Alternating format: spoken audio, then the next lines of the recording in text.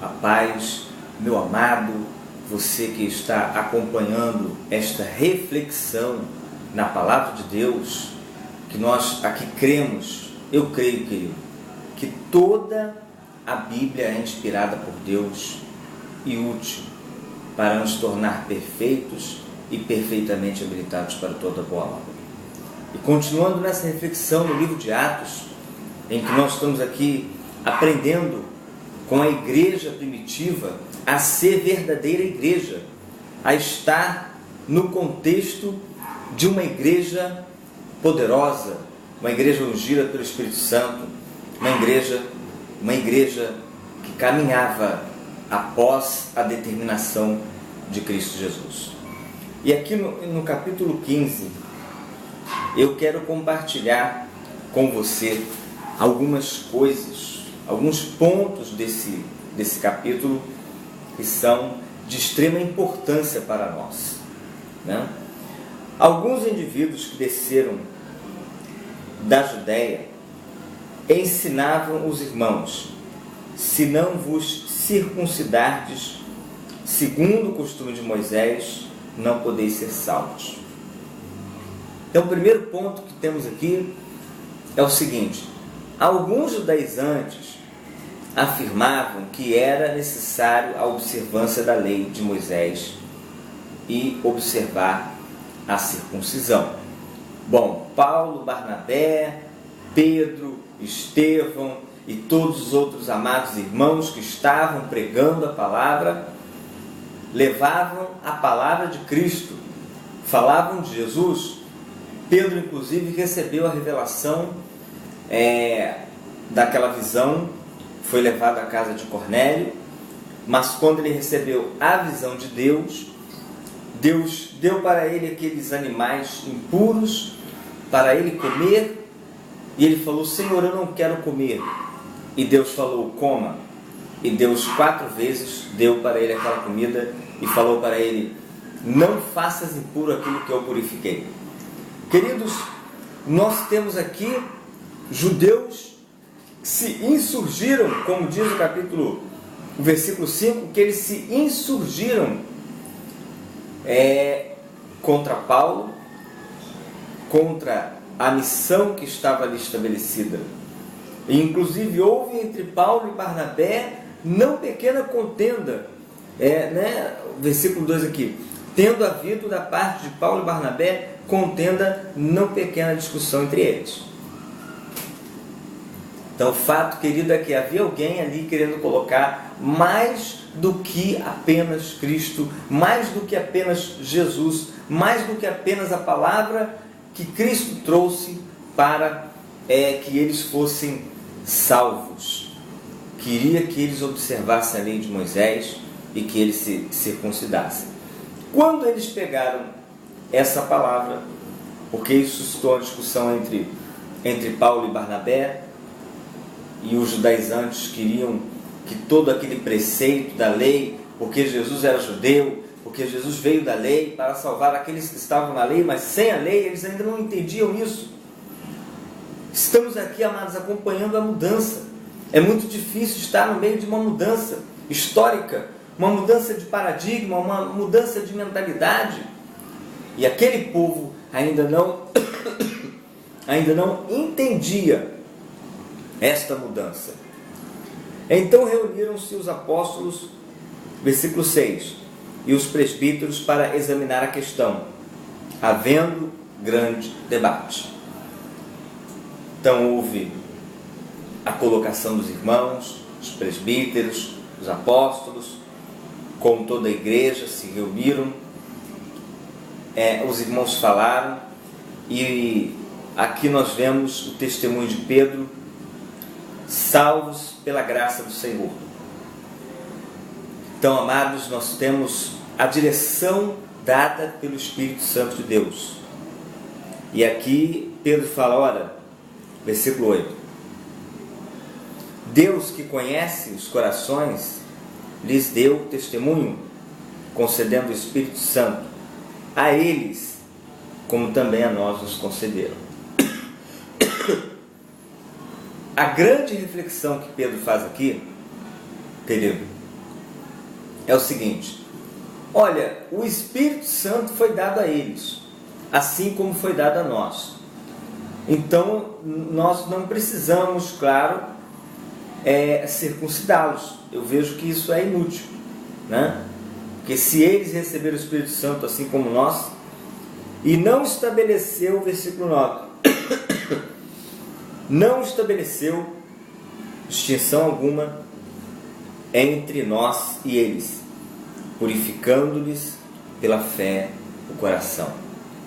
Então o coração desses amados, novos irmãos gentios, que não são judeus, foram purificados pela fé, foi habitado pelo Espírito Santo de Deus, falaram em línguas, tiveram dons, Deus fez milagre, Deus fez a obra, e os judeus estavam lá querendo judaizar, querendo trazer comportamento, querendo trazer a lei de Moisés, querendo trazer a circuncisão, né? Versículo 11: mas cremos que fomos salvos pela graça do Senhor Jesus, como também aqueles o foram. Olha, eu fui circuncidado, isso é Pedro falando, eu fui circuncidado, mas eu creio que eles foram salvos pela graça tanto quanto nós, mesmo sem estar circuncidado. Então o próximo parecer vai ser de quem? Vai ser de Tiago. E Tiago nos traz o parecer: e toda a multidão silenciou, passando a ouvir Barnabé e Paulo, que contavam quantos sinais e prodígios Deus fizera por meio dele entre os gentios. Depois que eles terminaram, falou Tiago, dizendo: irmãos, atentai nas minhas palavras. E eu agora vou aqui reproduzir do versículo 15 ao 18, porque é a palavra-chave de Tiago. Cumpridas estas coisas, voltarei e reedificarei o tabernáculo caído de Davi, e levantando das suas ruínas, restaurá-lo-ei, para que os demais homens busquem ao Senhor, e também todos os gentios, sobre os quais tem invocado o meu nome, diz o Senhor, que faz estas coisas conhecidas desde os séculos. Então, amados, Tiago traz uma palavra profética do Antigo Testamento, e nesta palavra profética ele retoma a palavra de Deus, porque eles não tinham a Bíblia tal qual nós temos aqui, mas eles tinham os rolos do Antigo Testamento. E os rolos do Antigo Testamento não estavam sendo violados. A lei judaica não estava sendo violada. Na verdade, os judeus, que eram dos fariseus, não tinham entendido ainda a obra que Deus estava fazendo. Como Jesus, o próprio Senhor Jesus falou: eu não vim desfazer a lei, eu vim cumpri-la. Cristo é o cumprimento da lei, e ele, tendo cumprido a lei, já não é mais necessário que nós cumpramos a lei. A lei foi cumprida e plenamente satisfeita em Jesus Cristo. Então aqui, queridos, nós temos esta palavra, né? E do versículo 22 ao 29, eles mandam Paulo, Barnabé, mais alguns irmãos, comissionam, elegem alguns para levarem uma carta, e esta carta contendo a exata e clara determinação de Deus, determinação feita ali num concílio, determinação feita através do Espírito Santo com toda a igreja. Eu quero frisar aqui, não é isso? Versículo 22: então pareceu bem aos apóstolos e aos presbíteros com toda a igreja. Eu quero aqui dizer, amados, que a igreja não é democrática, mas ela é participativa. O Espírito Santo quer a participação de todos. A palavra de Deus quer estar ricamente habitada em todos. E o Senhor Jesus quer estar em todos os corações e quer que todos estejam reunidos e unidos, fazendo a obra do Senhor, concordando, participando da história e da elaboração deste grande projeto. E não quer que alguns fiquem de fora, porque todos são do corpo do Senhor Jesus. Então, queridos, nós vemos aqui a palavra de Deus, eles levando essa determinação. E no versículo 28 e 29 está assim: pois pareceu bem ao Espírito Santo e a nós não vos impor maior encargo, além destas coisas essenciais. E vos abstenhais das coisas sacrificadas aos ídolos, bem como do sangue, da carne de animais sufocados, das relações sexuais ilícitas. Destas coisas também é bom nos guardarmos.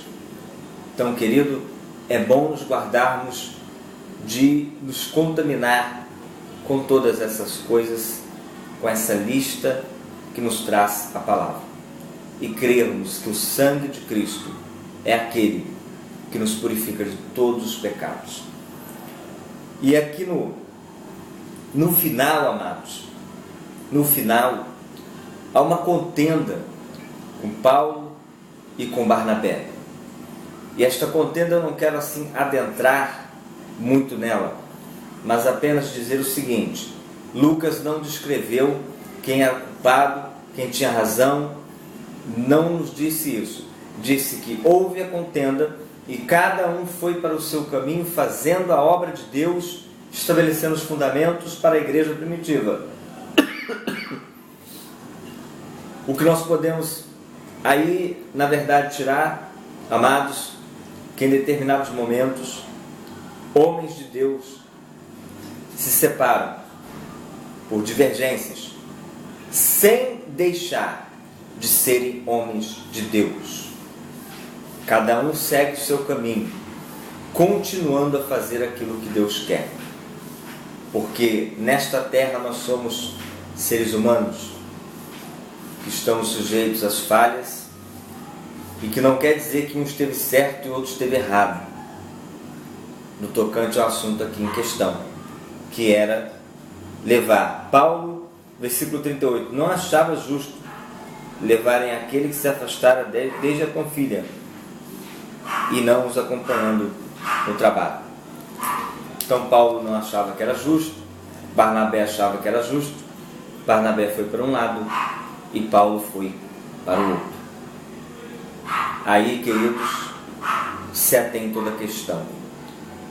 Nós podemos ter discordâncias humanas, terrenas, e até crer que essas discordâncias são de Deus, mas não podemos jamais, nunca discordar de Deus.